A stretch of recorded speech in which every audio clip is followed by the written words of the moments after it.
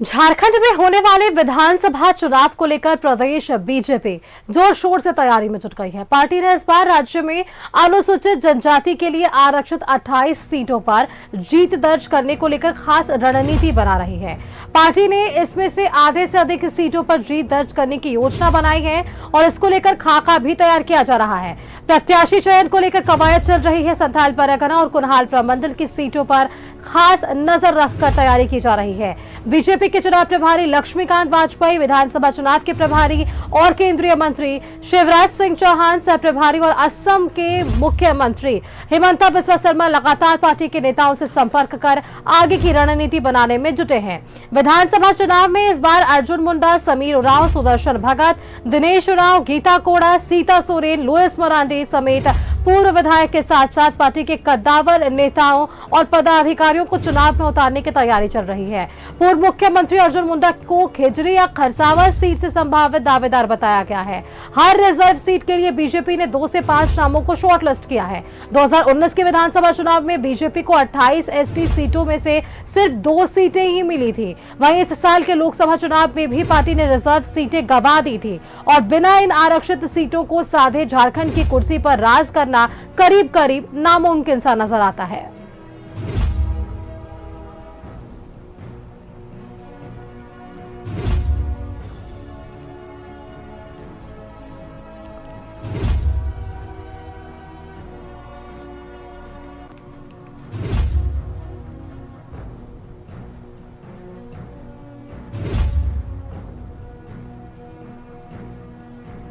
हमने देखा है बीता लोकसभा चुनाव और उस लोकसभा चुनाव के दौरान भी हमने ये भी देखा कि चतरा छोड़कर तमाम रिजर्व सीटों पर बीजेपी की हार हुई थी। इस पर खूब बातें हुई थी। बीजेपी की ओर से भी तमाम बातें छनकर सामने आ पाई थी कि विधानसभा चुनाव में इन रिजर्व सीटों पर विशेष तौर पर काम किया जाएगा।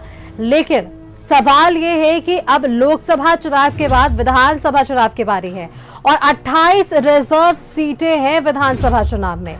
2019 में इन रिजर्व सीटों में बीजेपी को मात्र 2 सीटों पर जीत मिली थी और कहीं ना कहीं बाकी के रिजर्व सीट जो कि बड़ा नंबर है उसको बीजेपी किस तरीके से साधेगी, ये एक बड़ी रणनीति के तहत ही संभव हो पाएगा।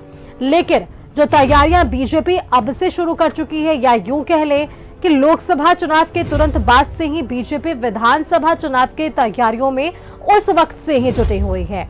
शायद यही कारण है कि रिजर्व सीट के लिए बीजेपी ने 2 से 5 नामों को अभी से ही शॉर्टलिस्ट कर लिया है। लोकसभा चुनाव के दौरान भी हमने देखा था कि उन पूरे लोकसभा सीटों के लिए बीजेपी ने सबसे पहले उम्मीदवारों के नाम की घोषणा करती थी और यही तैयारी विधानसभा चुनाव के लिए भी है। लेकिन वो तैयारी के साथ साथ परिणाम हमने देखा लोकसभा में किस तरह से चतरा छोड़कर रिजर्व सीटों पर बीजेपी को हार मिली थी। लेकिन क्या इस तैयारी के साथ 28 रिजर्व विधानसभा सीटों पर बीजेपी जीत पाती है या नहीं, ये एक बड़ा सवाल है। चलिए इसी सवाल का जवाब ढूंढने की कोशिश कर लेते हैं। हमारे साथ राजधानी से हमारे संवाददाता अजय लाल जुड़ रहे हैं। सीधा उनका रुख करते और जानने की कोशिश करते हैं। अजय, लोकसभा चुनाव हमने देखा, 2019 का चुनाव हमने देखा है, रिजर्व सीटों पर फोकस तमाम राजनीतिक पार्टियों का रहता है। अगर लोकसभा की हम बात करें तो चतरा छोड़कर अन्य जितनी भी रिजर्व सीट थे बीजेपी को वहां हार मिली। 2019 में 28 विधानसभा रिजर्व सीटों में से बीजेपी को 2 सीटों में ही वहां जीत मिली थी, बाकी की रिजर्व सीटों ने उसमें वे हार गए थे। यही कारण है कि क्या रिजर्व सीट को लेकर बीजेपी दांव पेच कर रही है? 2 से 5 नामों को अभी से ही शॉर्टलिस्ट करा जा रहा है। देखिए सुष्मिता, सबसे अहम बात यह है कि राजनीति में अंतिम सत्य कभी कुछ नहीं होता। जिन बातों की चर्चा हो रही है यह सवाल न्यूज 11 का ही था। भारतीय जनता पार्टी के विधानसभा चुनाव के प्रभारी जो असम के मुख्यमंत्री हैं हिमंता बिस्वा शर्मा, उससे इसी संवाददाता ने पूछा था कि क्या ऐसे चेहरे जिन्होंने लोकसभा चुनाव में हार मान ली, लोकसभा चुनाव में जिन्हें हार मिली है, क्या वो विधानसभा चुनाव में ऐसे लोगों को आप मौका देंगे? हिमंता बिस्वा शर्मा ने उस वक्त कहा था कि ऐसे लोगों को मौका ही नहीं बल्कि ऐसे लोगों को आगे आकर चुनाव लड़ना चाहिए। इसका मतलब यह हुआ कि कुछ चेहरे जैसे अर्जुन मुंडा जी। राज्य के पूर्व मुख्यमंत्री हैं, भाजपा के कद्दावर नेता हैं, केंद्र में मंत्री रहे, लेकिन खूंटी से वो लोकसभा का चुनाव हार गए। जी। यह मानकर चलिए कि अर्जुन मुंडा को भी विधानसभा चुनाव लड़ाया जाएगा। उसी की तरह लोहरदगा से समीर उरांव, जो कि राज्यसभा के सदस्य थे, लोहरदगा संसदीय सीट पर उन्हें हार मिली। समीर उरांव भी विधानसभा चुनाव में भारतीय जनता पार्टी के प्रत्याशी होंगे। उसके साथ आशा लकड़ा का आप नाम लेंगी, वो भी चुनाव लड़ेंगी। इस बात पर भी लगभग मुहर लग चुका है। ये जो फॉर्मूला है भारतीय जनता पार्टी का, मध्य प्रदेश और छत्तीसगढ़ में ये फॉर्मूला काफी हिट हुआ और दोनों ही राज्यों में भारतीय जनता पार्टी ने राज्य की सत्ता पर कब्जा जमा लिया। उसी फॉर्मूले के तहत झारखंड में भी भारतीय जनता पार्टी चुनाव लड़ेगी और कद्दावर नेताओं को कहा गया है कि आप अपने लिए सीटों का चयन कर ले। एक वक्त में यह चर्चा आई थी कि राज्य के पूर्व मुख्यमंत्री बाबूलाल मरांडी रांची से चुनाव लड़ना चाहते हैं। मैं चर्चा की बात कर रहा हूं। जी जी। लेकिन उन्हें ऊपर से कहा गया कि आप आदिवासी के लीडर हैं, आदिवासियों के मान्य नेता हैं, आप आदिवासी सीट से ही चुनाव लड़ेंगे। यानी कि भारतीय जनता पार्टी में ऐसे लीडर जो कि आदिवासी हैं, उन्हें जनरल सीटों से चुनाव लड़ने की अनुमति नहीं दी जाएगी।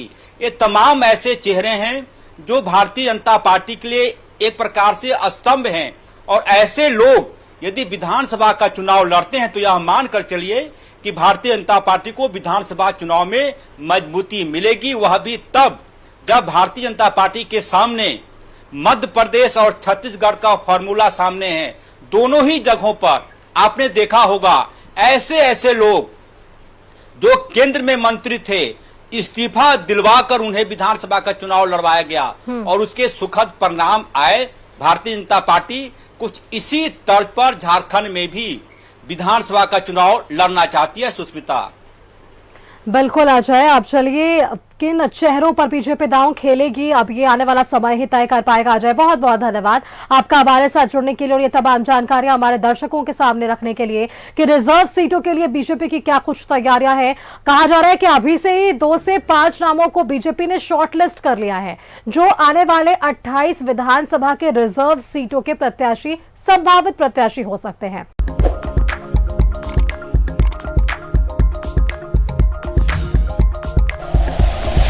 Like and share videos, subscribe करें हमारा चैनल और प्रेस करें बेल आइकॉन।